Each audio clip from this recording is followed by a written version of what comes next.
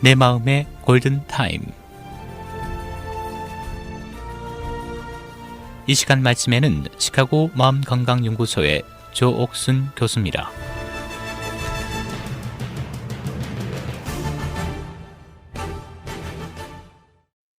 애청자 여러분 안녕하세요. 시카고 한인마음건강연구소 소장 조옥순입니다.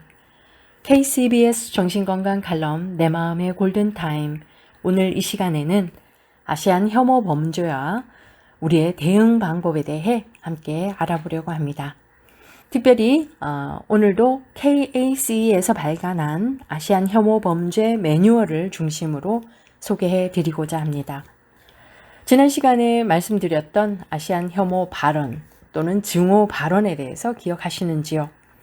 증오 발언은 종교, 인종, 성별, 개인의 정체성이나 신체 조건 등을 근거로 한 편견이나 적개심을 언어나 그 밖의 다른 형태로 표현하는 것인데요. 미국의 표현의 자유 때문에 사실 범죄로 규정되어지는 것에 좀 한계가 있다. 법적 대응에도 사실 여러 가지 한계가 있다라고 말씀을 드렸고요. 그러나 오늘 말씀드리고자 하는 아시안 혐오 범죄 또는 증오 범죄는 증오 발언과는 다른 범법 행위라는 것을 꼭 알고 계시면 좋겠습니다. 그렇다면 증오 범죄가 무엇인지부터 알아볼까요? 증오 범죄는 종교나 인종, 국적, 성별, 개인의 정체성, 신체 조건 등을 이유로 살인, 폭행, 방화, 위협, 불법 침입, 불법적 집단 행동을 범하는 범죄를 말합니다. 그리고 이 증오 범죄는 가중 처벌을 받게 되는데요. 그 이유는 일반 범죄와는 달리 그 파장이 피해자 개인에게 그치는 것이 아니고 유사한 위치에 있는 개인이나 커뮤니티, 심지어는 국가 전체에까지 광범위하게 영향을 미치므로 일반 범죄와는 달리 처벌할 이유가 있다고 봅니다. 이 증오 자체는 범죄가 아니죠. 증오 발언과 같이 자신의 의사를 그것이 선입견이 있던 아니면 사실이 아니든 그것을 표현하는 것은 그 개인의 기본권, 표현의 자유라고 보게 됩니다. 그러나 이 증오로 인해서 일반 범죄가 가지는 구성 요건을 충족한다면 그것은 증오 범죄가 되는 것이죠. 즉 종교, 인종, 국적, 성별, 개인의 정체성, 신체 조건 등에 대한 바이어스, 어떤 편견이나 또 선입견에 의한 범죄가 형성이 되어야 혐오 범죄, 증오 범죄라고 볼 수 있는 것이죠. 이때 중요한 것은 일반 범죄의 구성 요건뿐만 아니라 종교나 인종, 국적, 성별, 개인의 정체성, 신체 조건 등을 이유로 범죄를 범했다는 그 고의성을 입증을 해야 증오 범죄로 유죄 판결을 받을 수 있고 또 가중 처벌을 받게 됩니다. 그러나 증오 범죄의 구성 요건을 증명하는 것이 쉽지는 않겠죠. 그래서 증오 범죄를 일반 범죄로 기소하는 경우가 아주 많고요. 그래서 개인 및 커뮤니티는 명백한 증오 범죄가 증오 범죄로 기소되고 판결이 될 수 있도록 요구하고 형사 절차의 추이를 감시하고 요구해야 합니다. 그리고 증오 범죄 기소를 용이하게 하고 처벌을 강화하는 입법을 마련하고 다국적 언어 지원을 통해서 증오 범죄 신고를 용이하게 하면서 신고된 증오 범죄를 보고하고 통계화해서 이를 바탕으로 증오 범죄를 예방하고 방지할 수 있는 대책을 마련할 수 있도록 우리가 주장하고 요구하는 제도적 장치를 요청해야 할 것입니다.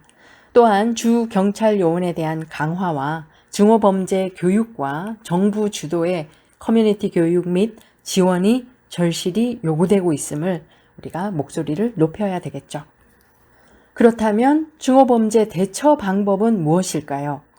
답답하고 억울하지만 어떻게 대처해야 할지 몰라 계속해서 피해를 입고 우리가 아무 대책도 없이 시간을 많이 보냈습니다. 제일 중요한 대처 방법은 우선 경찰에 신고하는 것입니다. 증오범죄 발생 시 곧바로 경찰에 신고하고 접수를 해야 하는데요. 신체적 피해가 있는 경우에는 바로 병원에 연락해야 하고요. 물적 증거는 그대로 보존하고 만지거나 제거하지 않아야 합니다. 가능하면 사진이나 비디오, 서면 등으로 증거나 현장을 보존하는 것이 필요하고요. 누가 어떤 말을 했는지 적어두고 잊어버리기 전에 증인의 이름 및 연락처를 확보하는 것이 중요합니다. 경찰에 증오범죄임을 신고하고 경찰이 증오범죄에 접수하는 것을 주저할 때도 있겠죠. 그럴 때는 계속해서 강력하게 주장하는 것이 필요합니다. 신고 접수장에 증오범죄로 접수가 되었는지 확인하는 것도 필요하겠죠. 신고 접수장 사본을 발부받아서 또 증오범죄를 다루는 기관이나 단체와 공유하면서 함께 진행을 해나가는 것도 필요합니다. 반드시 지역 경찰에 신고하고 FBI 지역 사무실이나 주 검찰청에도 함께 신고하면 여러 가지 지원을 동시에 받을 수 있게 됩니다. 그리고 두 번째는 피해자를 보호하는 것인데요. 증오범죄가 발생하면 피해자는 아주 심한 감정적, 심리적 트라우마, 두려움, 우울 등을 경험하게 되는데 피해자 접촉 시 주의를 아주 조심해서 전문 상담 기관이나 피해자 지원 서비스의 협조를 구하는 것이 필요합니다. 그리고 세 번째는 지역 커뮤니티나 전문 기관 등과 연계해서 일을 처리해 나가는 것이 필요한데요. 그래서 한 사람이 목소리를 내는 것과 그 기관이, 커뮤니티가 함께 한 마음으로 한 목소리를 내는 것이 훨씬 더 강력한 영향을 미칠 수 있겠죠. 아시안에 대한 인종차별이나 증오범죄 등이 증가 추세에 있는 경우 다른 피해 그룹이나 개인들과 함께 커뮤니티와 네트워크를 형성해서 좀 더 조직적인 대응을 준비하여야 합니다.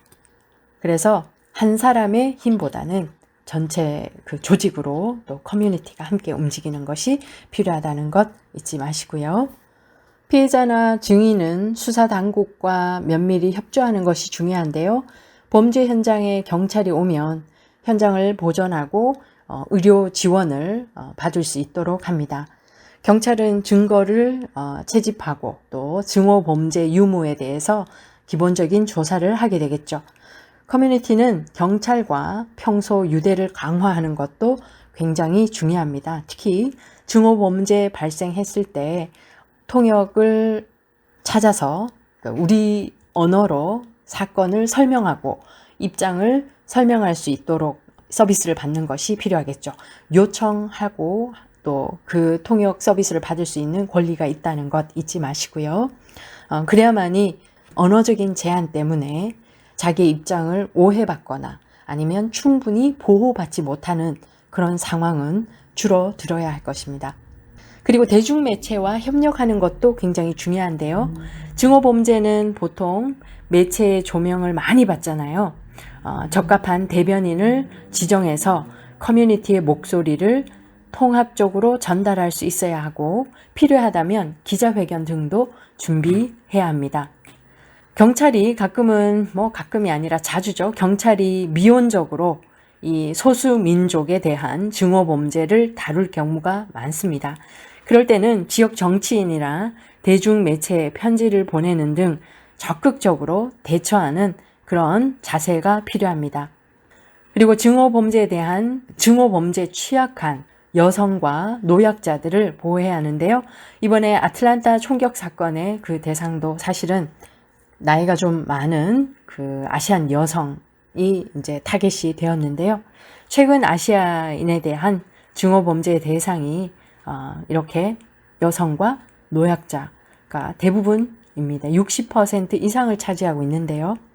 거리나 공공장소에서 이러한 분들과 함께 걸어준다든가 그리고 관심을 가지고 또 위험한 상황에서는 함께 힘이 되어드리고 도움을 줄 수 있도록 이때는 자신의 안전을 지키면서 신고를 한다던가 그렇죠? 그래서 자신을 위험에 빠뜨리지 않으면서 함께 돕는 것이 필요하고요. 이웃과 함께 할 수 있는 프로그램에 자원해서 그들을 보호할 수 있는 역할을 우리가 함께 해나가야 할 것입니다. 아시안 혐오 범죄와 관련한 문의나 상담은 시민참여센터 핫라인 646-450-8603 646-450-8603으로 연락하시기 바랍니다. KCBS 정신건강 칼럼 내 마음의 골든타임, 오늘 이 시간에는 아시안 혐오 범죄와 우리가 어떻게 대응할 수 있는지에 대해 함께 알아보았습니다. 유익한 시간 되셨기를 바라고요. 오늘도 주님 안에서 평온한 하루 보내시기 바랍니다. 지금까지 조옥순이었습니다. 감사합니다.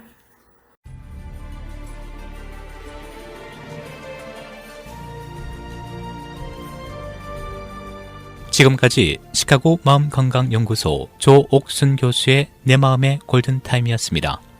상담 문의 전화는 847-813-9079번으로 연락주시기 바랍니다.